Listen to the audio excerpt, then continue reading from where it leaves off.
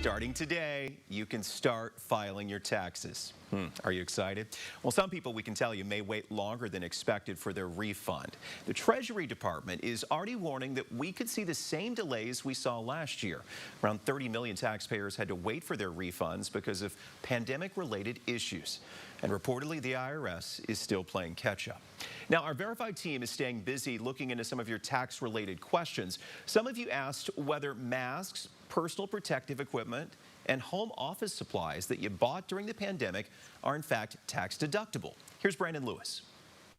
2021 was the first full year that we've been in the pandemic, and we're getting a lot of questions about tax write-offs. First is about the cost of masks and other personal protective equipment that health officials in some states still require. So let's verify.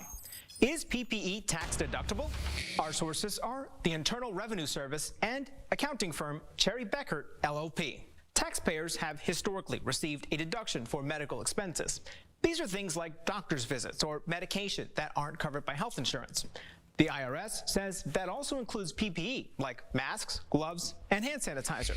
So we can verify PPE is tax deductible, but Cherry Bekaert says there's a catch. Existing IRS rules require medical expenses exceed 7.5% of your adjusted gross income to qualify, so the deduction won't apply to everyone. Some people have been stocking up on PPE as they get ready to return to the office, but many are still working from home.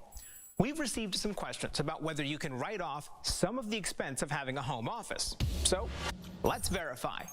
Can employees write off a home office? Our sources are the IRS and accounting firm Maxwell, Locke & Ritter.